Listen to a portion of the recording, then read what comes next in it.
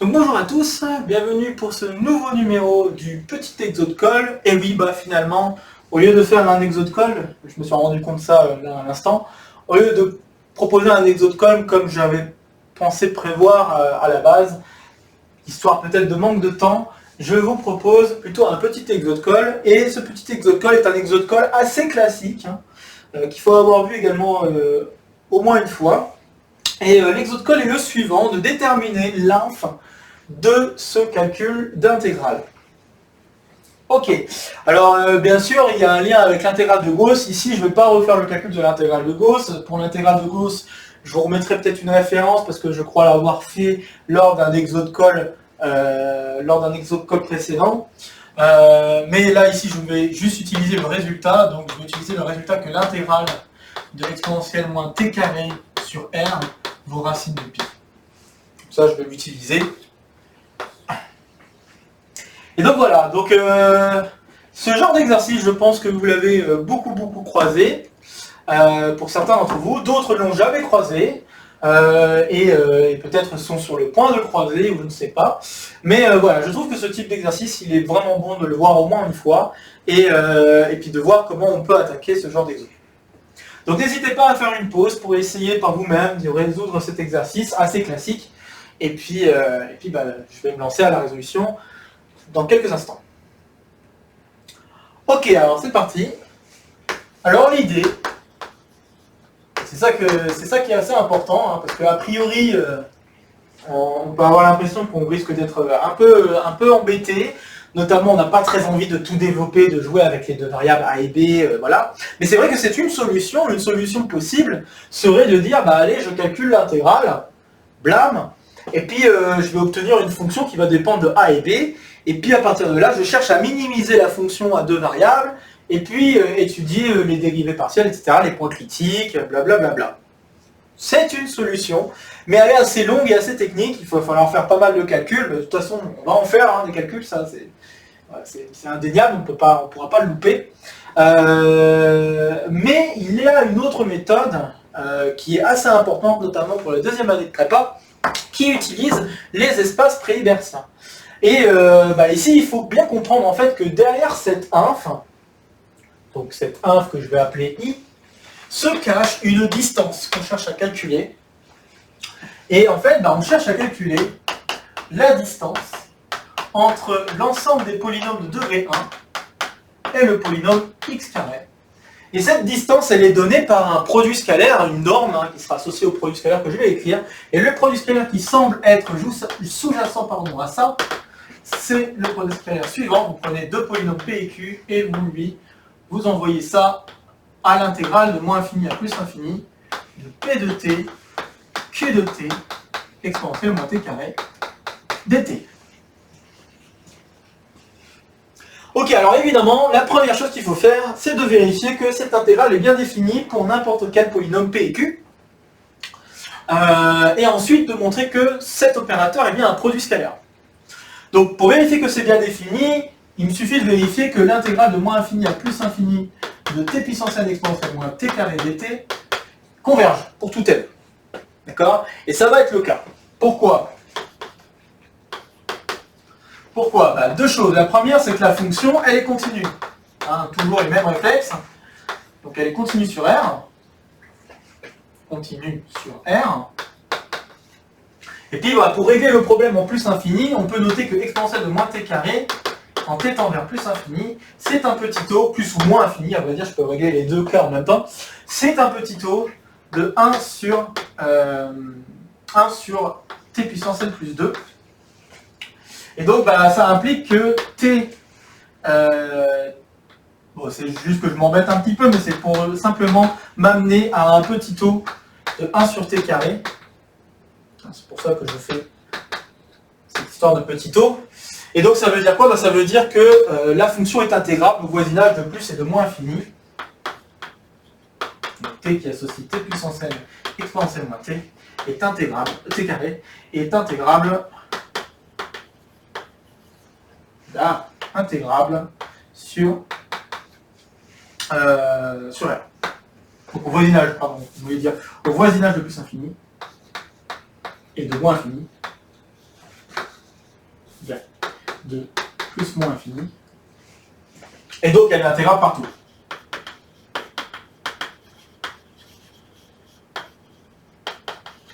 Voilà, bon, hop, ça c'est fait.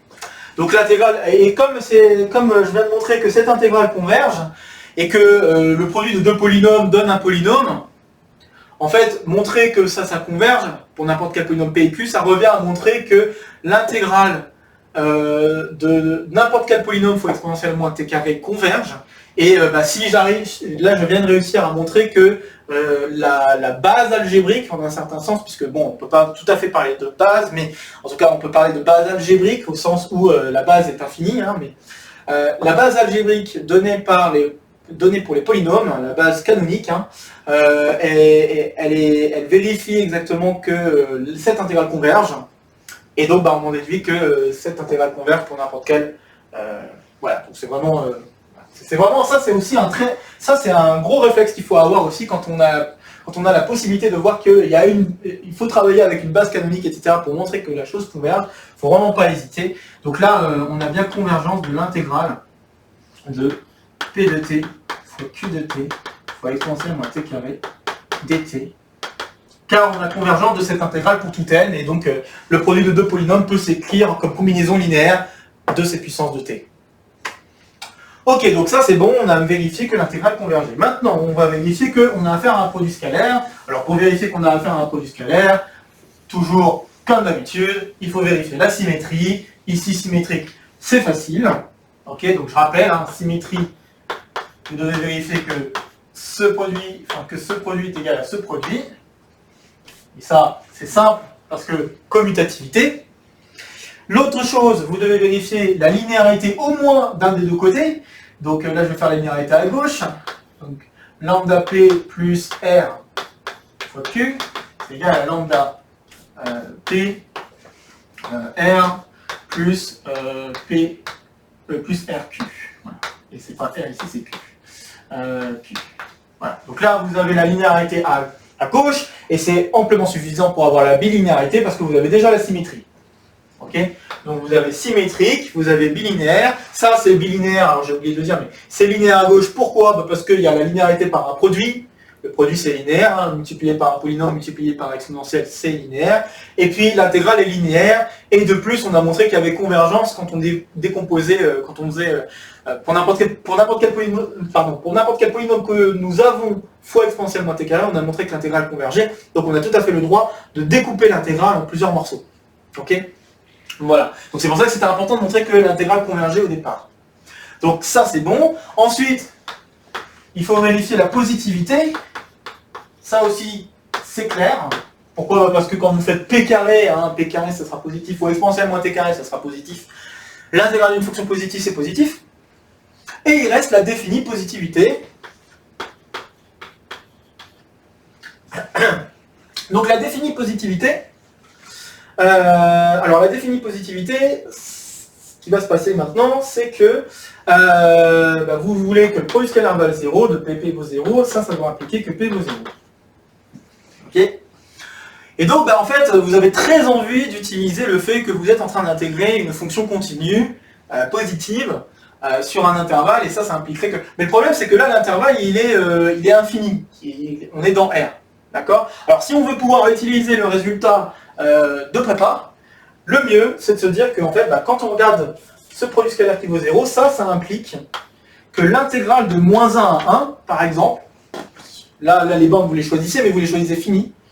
Donc l'intégrale de moins 1 à 1 de P de t carré exponentielle moins t carré dt égale 0. Ok, et en disant, maintenant là vous pouvez appliquer le résultat, donc ça implique alors que vous avez une fonction continue, positive, d'intégrale nulle, donc ça veut dire que la fonction qui est là est nulle, et donc vous en déduisez que P de t va valoir 0 pour tout t dans l'intervalle moins 1, 1, et par conséquent, ça veut dire que vous avez un polynôme qui admet une infinité de racines, une infinité de racines. Et donc ça implique que P est nul. Ok? Alors une autre façon de s'en sortir, on pourrait très bien regarder l'intégrale de moins R à R et conclure que pour n'importe quel R, on a la fonction qui est nulle sur l'intervalle moins R, R. et conclure que la fonction est nulle sur moins infini plus infini. C'est tout à fait possible parce que, enfin voilà, c'est juste, je dis ça, c'est juste dans le cas où vous ne travaillez pas avec l'espace vectoriel des polynômes, mais que vous travaillez plutôt avec l'espace vectoriel des fonctions continues, d'accord, de R vers R ici, hein, donc, et qui sont intégrables, hein, il faut quand même quelques conditions en plus, mais voilà. Enfin, c'est un cas plus général. Si on travaillait avec un cas plus général, on pourrait raisonner un tout petit peu différemment. Donc voilà, ça c'est bon, on a montré que c'est un produit scalaire, ok, tout est cool. Bon. Alors, si on veut pouvoir calculer cette distance, il va nous falloir calculer un projeté orthogonal. Ok, donc c'est une fois qu'on a compris qu'on doit avoir affaire à une distance entre un espace vectoriel et un point, on se rend compte qu'il va falloir calculer le projeté orthogonal du point sur l'espace vectoriel, le sous-espace vectoriel qu'on a considéré. Ok, donc cette distance, hein, je vais l'écrire directement, c'est donc égal à x carré, la norme hein, de x carré, moins le projeté orthogonal. Le projeté orthogonal,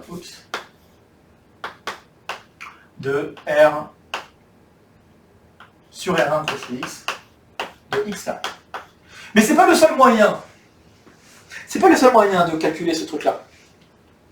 Il y en a un autre. Un autre moyen de calculer ce truc-là, ça serait de prendre une droite, la droite suivante, qui serait orthogonale à l'espace, enfin une droite qui serait orthogonale à cet espace, et de projeter X carré sur cette droite. C'est aussi une autre possibilité. Et donc, il va falloir chercher une base orthogonale plus grande. Ok. Donc, c'est parti, on va essayer de déterminer une base. Alors, là, pour déterminer une base de R1 crochet X, qui soit orthogonale, orthonormale même, ce qu'on fait en général, c'est qu'on commence par prendre la base canonique, puis on orthonormalise grâce au principe de Gram-Schmidt. Ok, au principe d'orthonormalisation de Gram-Schmidt. Ok, mais ici, en fait, c'est un peu spécial parce que bon, là, j'ai pas pris un espace vectoriel si difficile que ça, c'est pour ça que ça va aller assez vite. Mais en fait, là, la base canonique, elle est automatiquement orthogonale ici. C'est ça qui est assez rigolo, puisqu'en fait, l'intégrale de moins infini à plus infini de t fois exponentielle moins t carré, qui est donc le produit scalaire de 1 avec x, hein, ce truc-là, il vaut 0.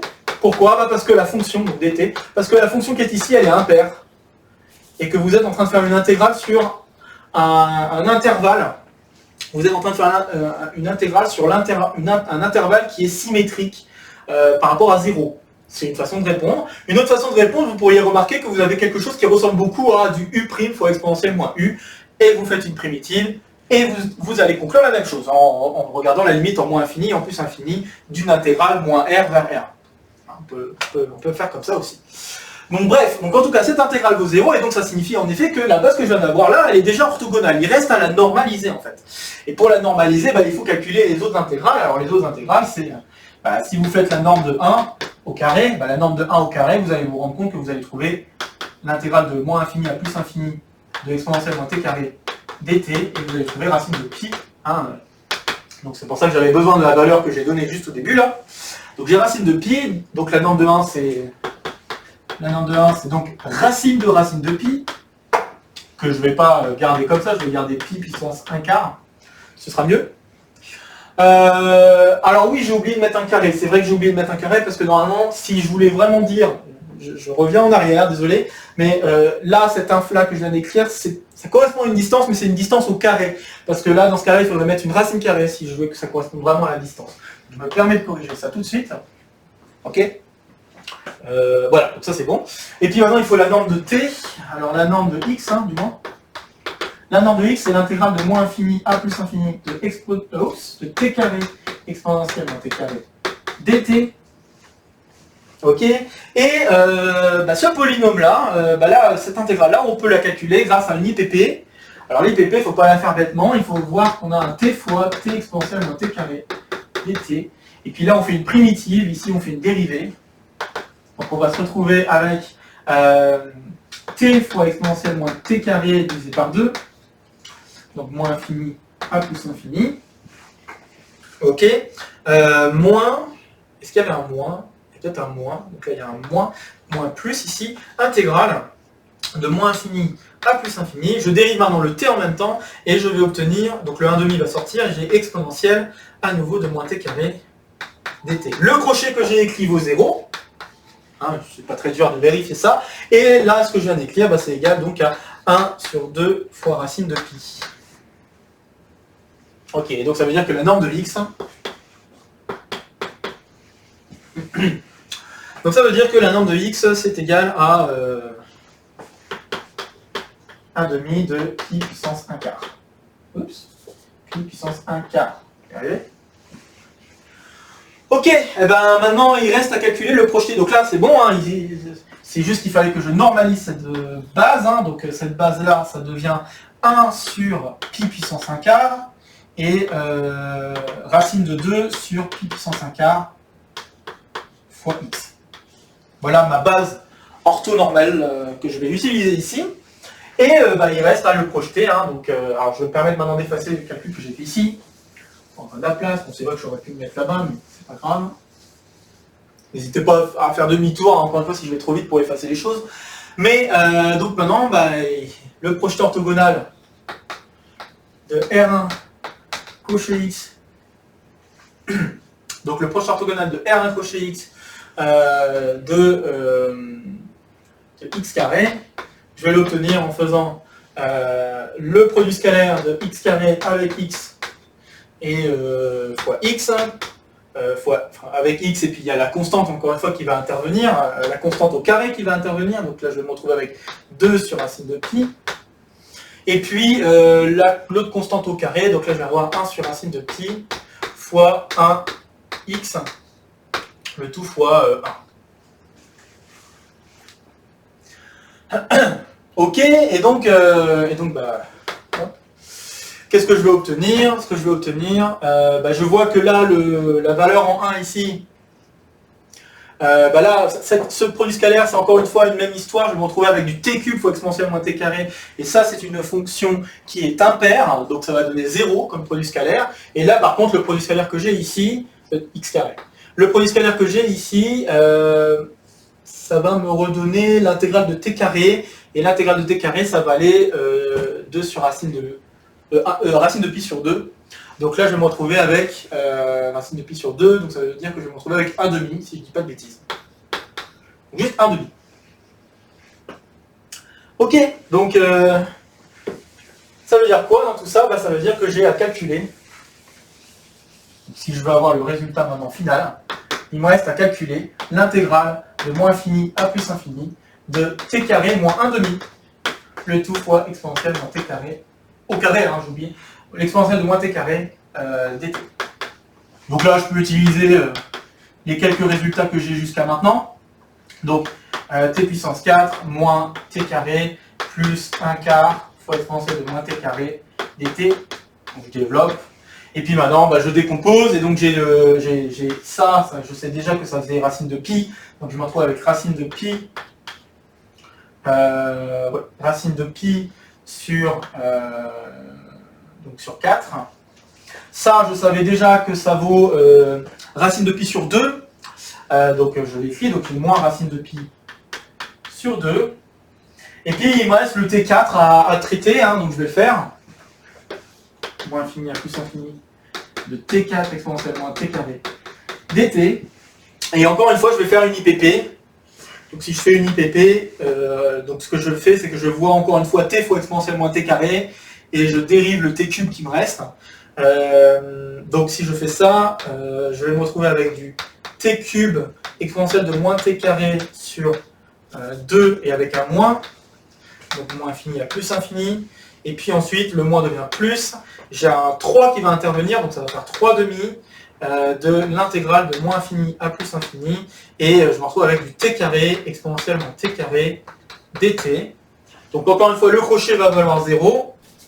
Et l'autre intégrale, bah, je le sais, je l'ai déjà vu, hein, je l'ai déjà rencontré. Et ça va me donner 3 racines de pi sur 4. Donc là, j'ai 3 racine de pi sur 4. Donc ça, c'est égal à ça. Et il n'y a plus qu'à mettre racine carrée de pi en facteur et simplifier tout ça. Je suis en train de me demander si j'ai fait une bêtise.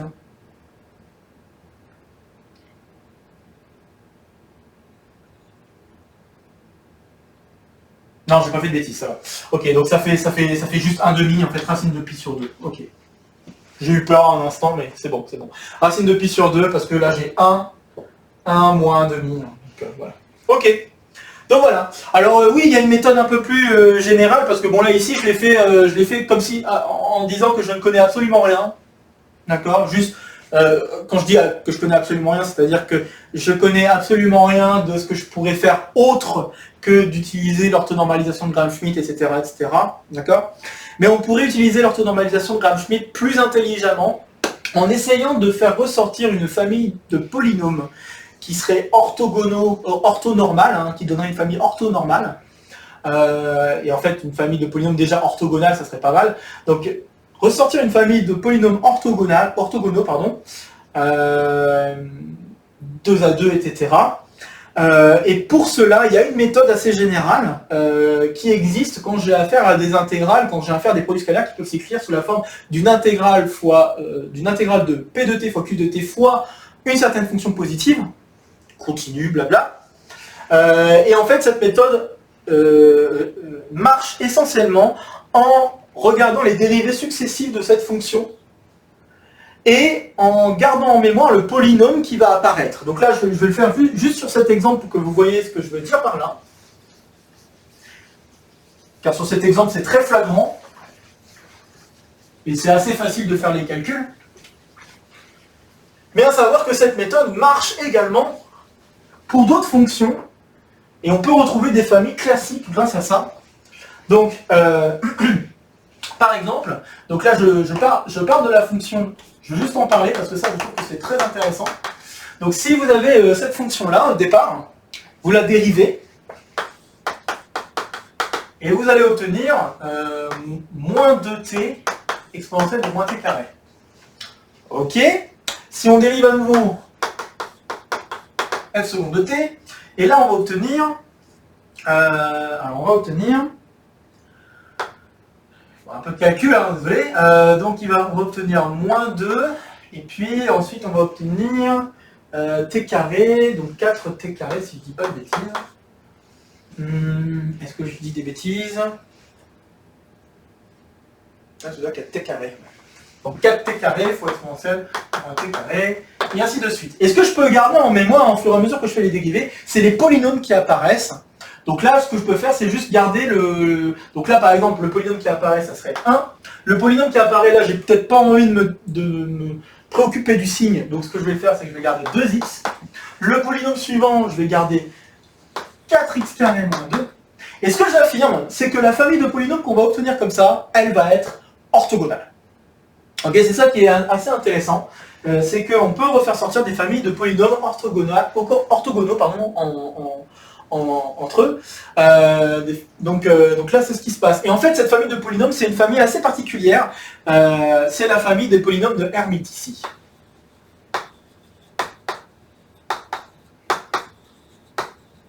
Donc là, on a la famille des polynômes de Hermite qui apparaissent avec l'exponentielle de moins t carré. Si on travaillait avec d'autres fonctions, alors je vais en parler, je vais notamment parler d'une fonction bien particulière parce que je pense que ça va parler à tout le monde. Si je prends à la place de l'exponentielle moins t carré, donc si je prenais, je vais plutôt dire ça, si je prenais le produit scalaire comme étant pour deux polynômes p et q, l'intégrale de moins 1 à 1 de p de t fois q de t sur racine de 1 moins t carré dt, si je prends ce produit scalaire et que je refais la même chose, hein, donc je prends la fonction f de t ici qui serait 1 sur racine de 1 moins t carré, et puis je dérive successivement, donc si je dis pas, je passe, est-ce que je vais avoir un problème de signe, je sais pas, mais le suivant je pourrais écrire que ce serait égal à, je suis juste, ouais, bon, je pense que je devrais obtenir genre moins t sur 1 moins t carré, le tout puissance 3,5, si je dis pas de bêtises. Donc là j'ai moins t, et puis le suivant, je vais obtenir quelque chose qui va être du goût de 2t carré moins 1 sur 1 moins t carré le tout puissance 5,5, et ainsi de suite. Si je garde les polynômes qui sont ici, peut-être que ça vous parle là déjà, le fait que je les ai écrits, et ben vous avez 1x, 2x carré moins 1, le suivant serait 4x cube moins 3x ou quelque chose comme ça. C'est peut-être l'inverse, il faut que je vérifie. Mais les polynômes qui vont apparaître en fait ici, si vous commencez à les reconnaître, j'espère, et bien en fait ce sont les polynômes de Chebyshev. Là j'obtiens les polynômes de Chebyshev, notre Tn. Alors Chebyshev, bon il y a plein d'orthographes, hein. Chebyshev, voilà je propose avec un T, il y en a qui mettent 2 T, il y en a qui mettent pas du tout de T, enfin bref, il y a plein d'orthographes possibles. Donc voilà, ce sont des polynômes de Chebyshev, et on peut avoir d'autres types de polynômes si on veut, si on change la fonction avec laquelle on intègre, si on change l'intégrale dans laquelle on intègre, etc., etc. Et donc ce sont des familles, il y a des familles de référence comme celle-ci qu'on peut obtenir avec ce procédé. Voilà, donc je pense que c'est assez important d'en parler. Voilà, donc c'est un petit exo de colle un peu plus long que d'habitude normal parce qu'il y avait pas mal de calculs qu'il fallait faire et qu'il fallait gérer en particulier. Donc je rappelle que le résultat final qu'on devait obtenir, même si vous pouvez faire demi-tour, c'est racine de pi sur 2. Ok. Bon voilà, je trouve que c'était assez intéressant d'en faire un d'exo de ce type-là parce que j'ai remarqué que j'en avais pas encore fait et que je trouve que c'était un peu dommage de ne pas en avoir fait encore de ce type d'exercice. Et je le propose en petit exo de colle parce que c'est pas un exercice si long à faire, si c'est juste une question d'avoir bien en tête le cours concernant les espaces préhibértiens. Et puis c'était aussi l'occasion de vous parler de ces autres familles de polynômes qu'on pourrait obtenir en dérivant successivement. Donc vraiment, voilà. Ayant en tête que ce genre d'exercice c'est vraiment quelque chose de très classique et je vous invite fortement à vous amuser à changer les intégrales, le type d'intégrale que vous regardez, à changer la fonction positive que vous prenez et essayer de faire des calculs avec ça. Vous verrez, vous ferez intervenir des polynômes, etc. Et vous verrez que la méthode que je vous ai un peu inculquée là avec cette idée de garder un polynôme qui apparaît en dérivant la fonction qui est ici, en fait c'est ça qui va vous permettre de construire une famille de polynômes orthogonale. Alors bien sûr ça marche pas tout le temps, hein, parce que bon si le polynôme c'est juste 1, on n'avance pas beaucoup, hein. Mais pour des fonctions qui peuvent être dérivables une infinité de fois comme exponentielle de moins t carré, comme 1 sur racine de 1 moins t carré, ou alors je pourrais très bien faire une intégrale de 0 à pi de sinus t, pourquoi pas, soyons fous, eh bien on peut se retrouver avec des familles de polynômes assez particulières et qui peuvent être la clé pour déterminer une famille de polynômes orthogonales. Donc vraiment, voilà. Bon, sur ce, comme d'habitude, n'hésitez pas à mettre en commentaire vos questions, vos remarques, vos retours concernant cette vidéo. N'hésitez pas à partager cette vidéo ainsi que l'ensemble de la chaîne, hein, et des choses qui pourraient être intéressantes si vous pensez que ça peut être intéressant pour certains de vos camarades. Et puis sur ce, je pense que la prochaine vidéo aura lieu en France puisque j'arrive au terme de mon séjour, de mon second séjour à Montréal tout en donnant des vidéos, mais sinon c'est pas mon second séjour, c'est déjà un certain nombre de séjours à Montréal en fait. Donc voilà, et donc la prochaine vidéo sera en France, je sais pas encore quel jour, je pense que je vais me laisser un peu de temps, donc il y a de fortes chances que la vidéo ne soit présente qu'à partir de samedi ou quelque chose comme ça. On verra bien. Sur ce, ah oui, puis dernière chose, j'ai passé mon oral d'examen rapidement et je l'ai réussi sans encombre. Donc je suis content. Et puis voilà, donc je l'ai passé hier et ça s'est très bien passé. Donc ça explique aussi pourquoi les deux vidéos de petit exo de colle et la précédente qui est les quoi recherche n'apparaissent que maintenant parce que voilà, il y avait quand même pas mal de boulot derrière et comme je l'ai dit, je suis à Montréal aussi essentiellement pour ça. Donc voilà. Bon voilà, sur ce, portez-vous bien, passez une bonne fin de semaine, une bonne semaine également de reprise pour certains d'entre vous, peut-être de vacances pour d'autres, etc. Bref, et puis les concours approchent, donc vraiment tenez la barre, et puis voilà. Tchuss, à la prochaine.